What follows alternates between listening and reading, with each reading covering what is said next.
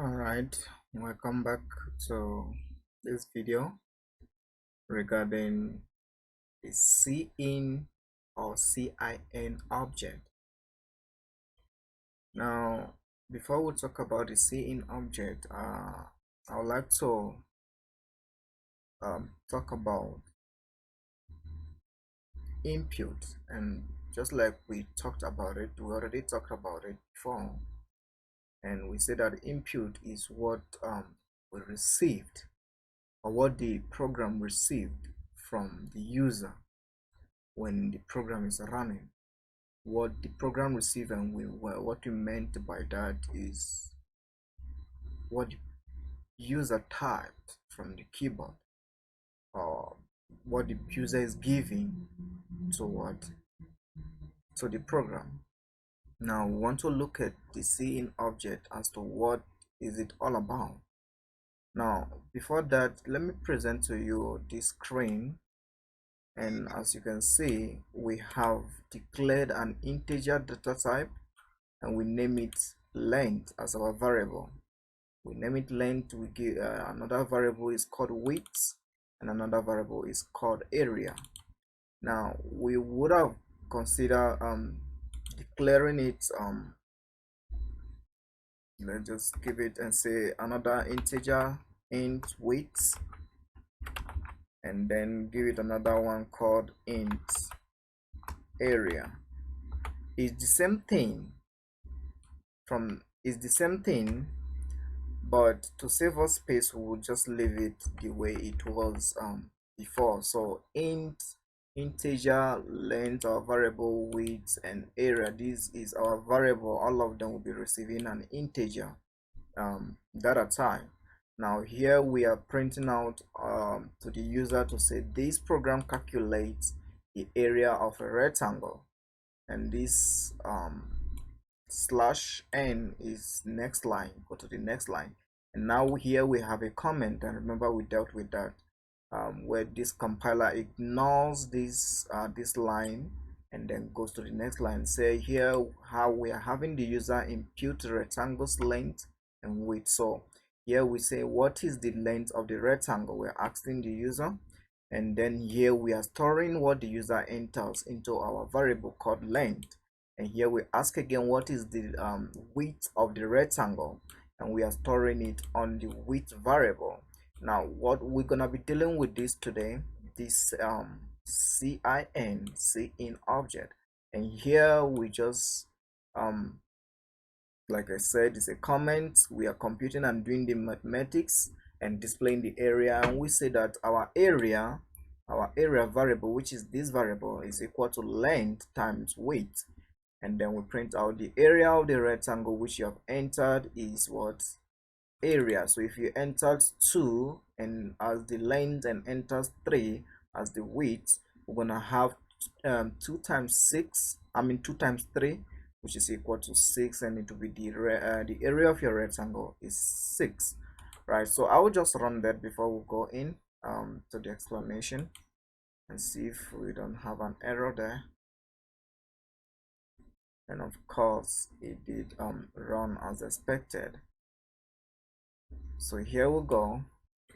This program calculates the area of the rectangle, which is this, and then what is the length of the rectangle. The compiler ignores this information over here and then goes in and prints out what is the length of the rectangle.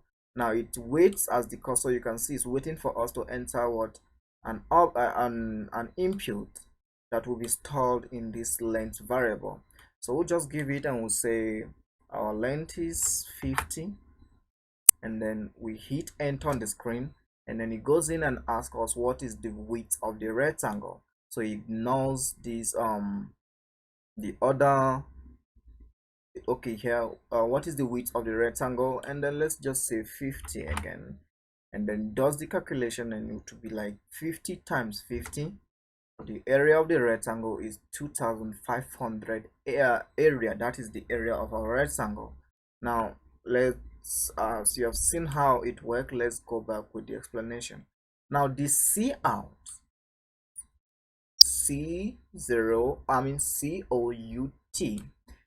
This cout is used to print out something to the screen, asking the user what information you want the user to enter.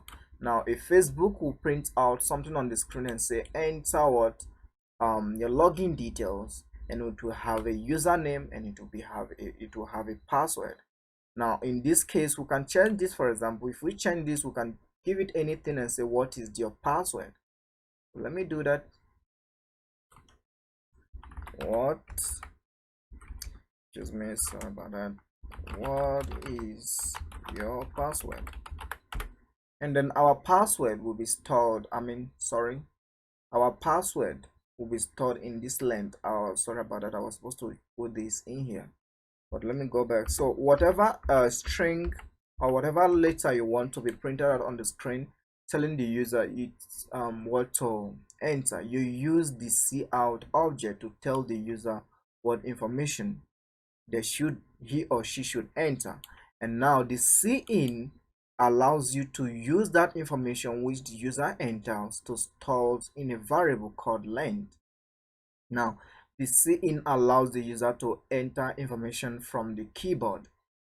So if the user want to enter number 1, you have to use this cin to store whatever the user enters into your variable. So if we have a variable called password, our user will enter their password, and we're going to store that password into the password variable. And then the login details, will use that what the user enters the login details to store in a login or probably a username variable. And then we do the calculation, then we redirect the user toward our main page. But that is exactly how it works. But the cin, remember, the cin, you this to have a user enter information, you print out information using the cout object, telling the user what to enter on the screen, and then you use the cin to allow the user to type something from the keyboard. So now you are the one that typed in here, and now the user is the one that is typing, and you are using what the user typed to store in your variable. So that marks the end of our video regarding the cin object. Remember, the cin is used to take information from the user to the program, and the cout is used to take information from the program and display or shows it to the user. Now you are telling the user what to enter, and when the user enters information, you are storing it in your variable. The cin is used to achieve what the user enter as an input. So that is the end of our video regarding the C++ cin object.